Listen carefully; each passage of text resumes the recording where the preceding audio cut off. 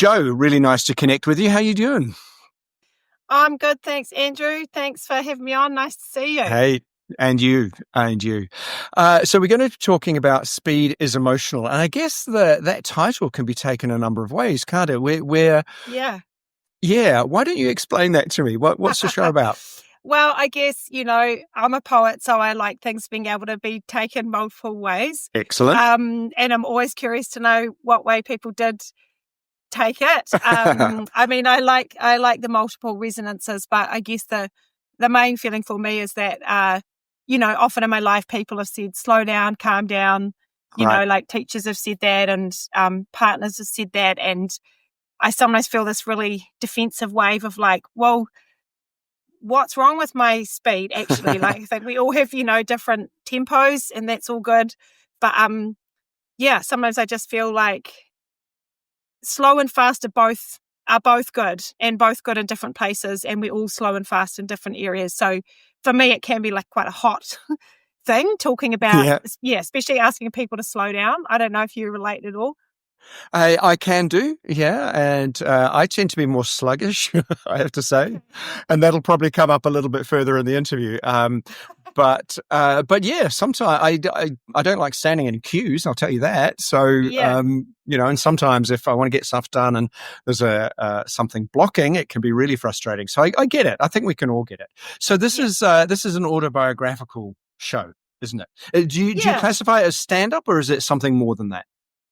Wow. It kind of like starts at stand up and then it sort of becomes abstract theatre, physical theatre. We go into melodrama, rock band. It sort of like bops around in a very sort of ADHD way around all these different genres. And I guess, yeah, it's not like it's autobiographical, but it's not like a direct sort of straight line. Yeah. So it's not like a Because play where you start and the plot unfolds. It's kind of That's right. jumps And it's around. kind of, yeah, I feel like it's definitely in a more abstract world. So I'm talking about big, meta themes. Definitely like comes from my personal life, but it's all in a world of kind of clown-ish. I mean, I'm like stand-up comedy. Those personas are not the real person either. They're a kind of a mask. So yeah, yeah. Well, it sounds really intriguing, and I suppose the question that comes up is what are you hoping people will get out of it, and also why was it important for you to put this all together? Yeah, thanks. I think like for me, I've got a 17-year-old and a 13-year-old, two beautiful sons. And I think I started more as a stand-up, performer and doing my solo shows. And then I became more of a director and a writer. I was still doing bits and bobs of performance, but I feel like that kind of facilitatory role, I was looking after big groups of people and making big shows and also parenting at home. And I just kind of was like, oh my God, I just really need to express myself again. Like Yeah, that's how it right. started. It's my core form. And it just was erupting out really like, I got to sort of start making this show. And yeah, so it's kind of like, you have your plan lined up for the year, but this just kind of Hmm. like burst into it. And it's been slowly growing over a few years. And yeah, that's why it came out. Did you have another question there? I feel like I didn't answer one of your other questions. I did, but that's fine. I can ask it again. So I suppose really it's what's the theme, or what's the message Oh, that you want to get across? that's right. You're asking, yeah. So I guess I think I was like, for me as an artist, I need to tell the story right now, and wasn't sure whether it would resonate with people or what. So last year we did a sort of a test showing of it, and it really did. It was quite emotional and meaningful for a lot of people. I think I had a lot of people saying, I've just got diagnosed, or I'm about to be diagnosed, or my partner just got diagnosed, or my child has, like it's very, I say in the show, like it's really hot right now, ADHD. And yeah, so I think I could feel that it was something that I think is good for us to talk about. And in a very fun way, like I love comedy, but I kind of like going up and down through the depths. Yeah. Yeah. Yeah, no, I understand. So primarily this is about because you were diagnosed with ADHD when you were in your 40s, is that right? Yeah, I think there's probably like a critical mass of sort of like getting to this age. I'm 50 now, and it's like hormones changing. kind of ADHD, like often femmes are diagnosed around this point in their lives and often through a child. And probably just the fact that I'd also been like directing other people's experiences, that just everything came to a head, and it's like, I need to make this show. So I think it's also very much a show about art and being an artist, because that's a big question, like I think art is a place that can hold a lot of neurodivergence. Mm-hmm. Yeah, and absolutely. is a welcoming. Yeah. So it's kind of, I feel it's about art and ADHD and sort of all of us being able to be as beautifully different as we are. So when were you diagnosed? How long ago? That was about 5 years ago. Right. And you're on medication?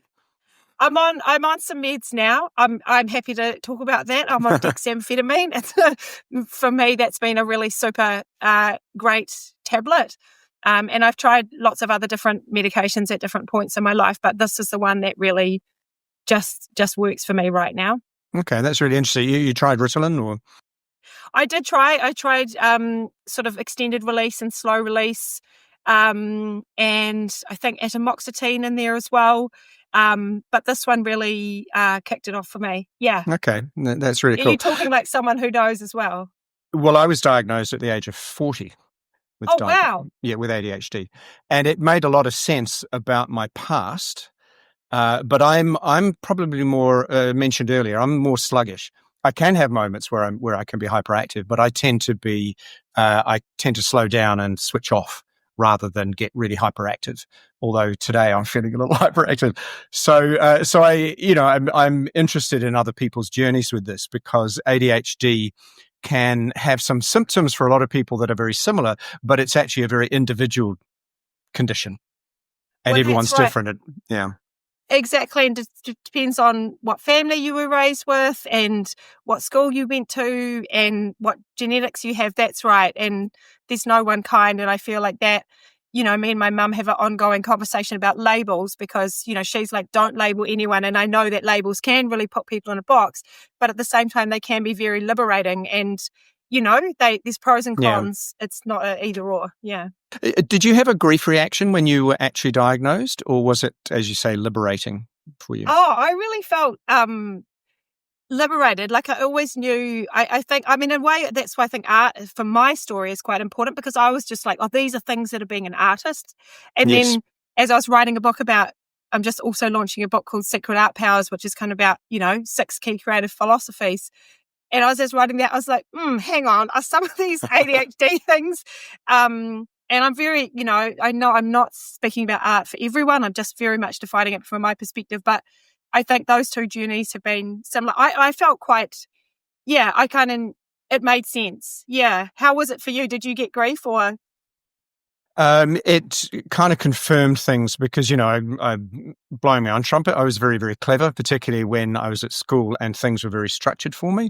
But I did have a grief reaction because so many years from teenage onwards, I couldn't make sense of certain things.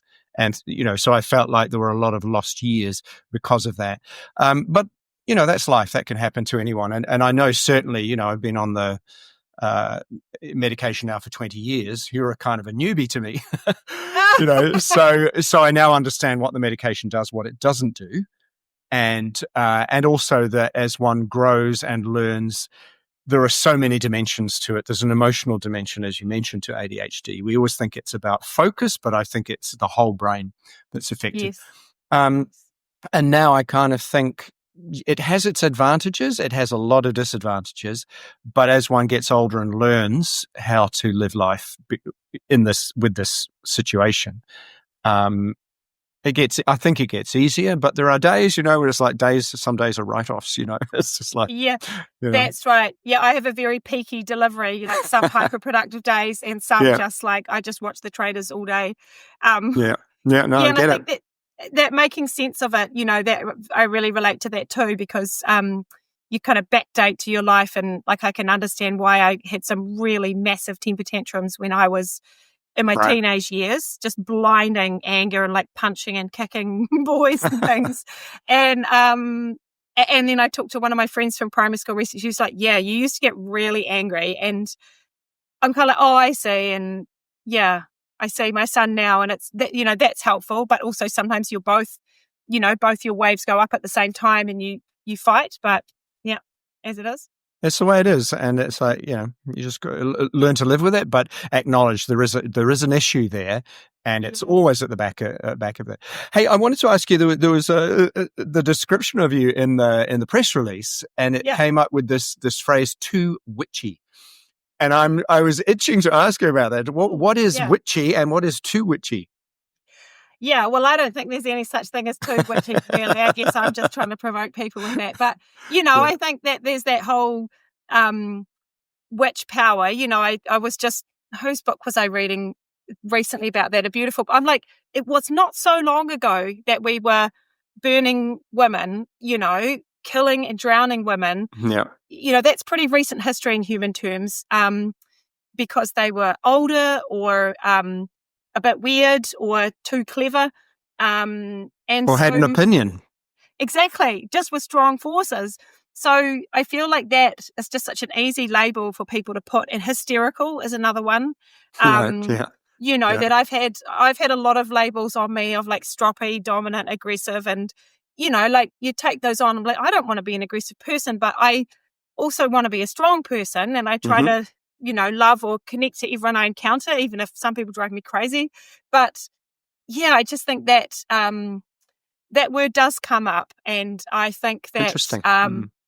Yeah. I mean, I don't think there's a thing of two. I think it's like that idea of disability. It's like it's not the person; it's the fact that society can't shift around them.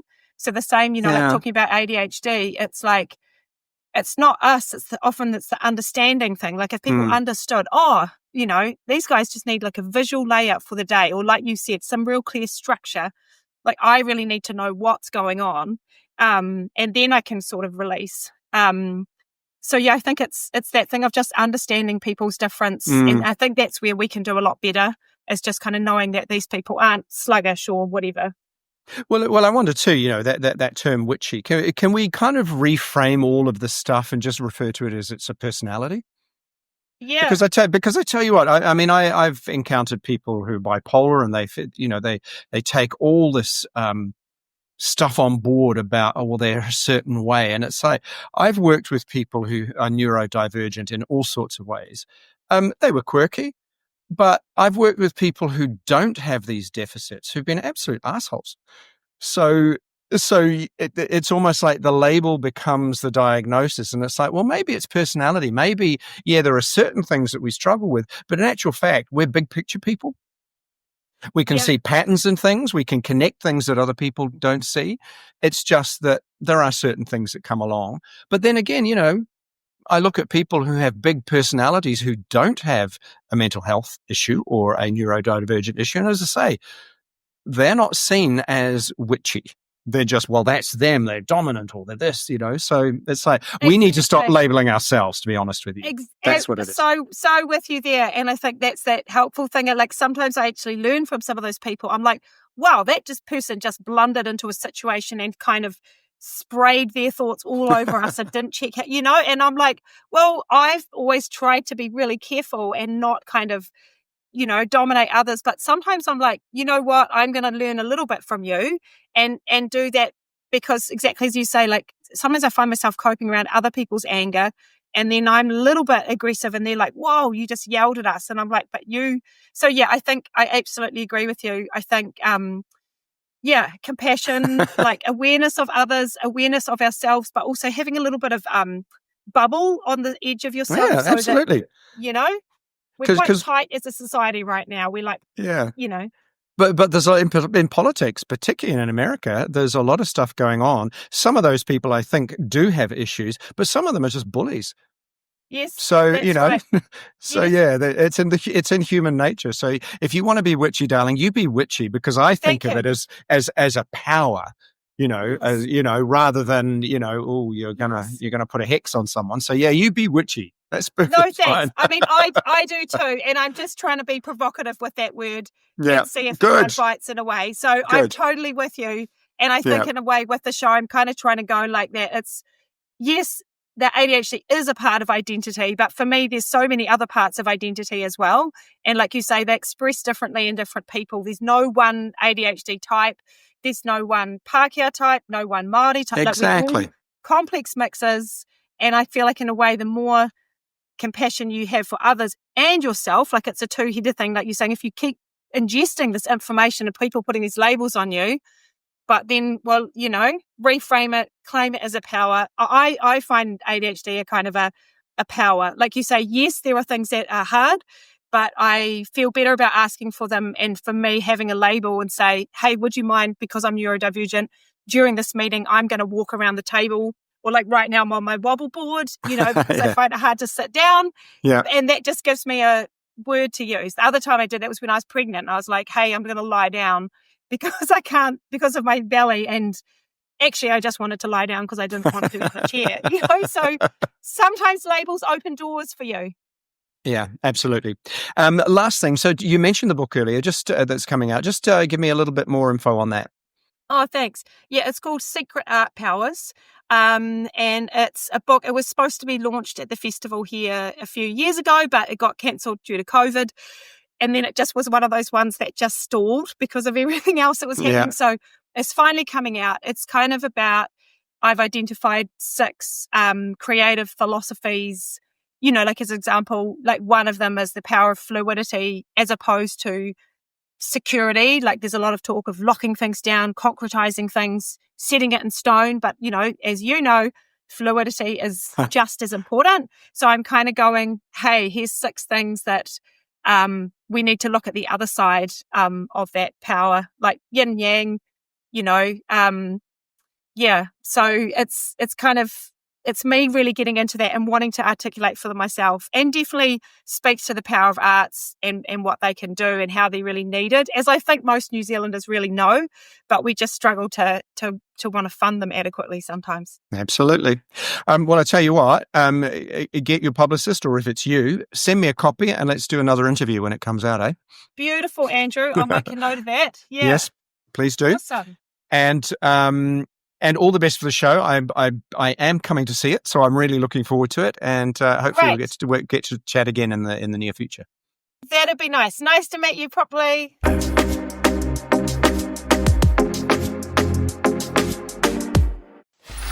Free audio post-production by alphonic.com.